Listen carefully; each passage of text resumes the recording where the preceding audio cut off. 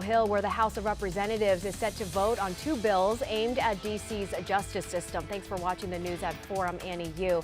Those votes will happen sometime after 8 o'clock tonight. One would repeal a police reform. The other tries to do away with cashless bail in the district.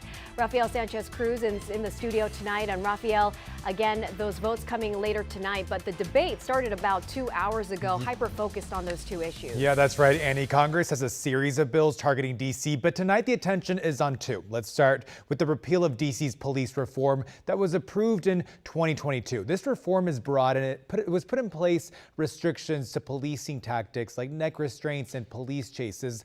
It also sets limits to when an officer can review their body-worn camera footage while giving the public more access to these videos. The bill also does not allow the police union to bargain on discipline against officers. Now, the second bill up for vote in the House will bring back cash bail for crimes like robbery and rioting. Also, cash bail hasn't been around in D.C. since the 90s. It would also require any person charged with a violent or dangerous offense to be detained as they await for trial. That includes some drug charges. Now, this, of course, has caused a lot of debate, particularly when it comes to cashless bail. This is what they had to say on the House floor today. Cashless bail allows dangerous, violent criminals on our streets. For far too long, dangerous criminals have been allowed to roam the streets of Washington, D.C., posing a threat to the general public. Progressive activist judges are currently allowed to release criminals to D.C. streets with only a promise that they will not reoffend and will return to court for their trial date.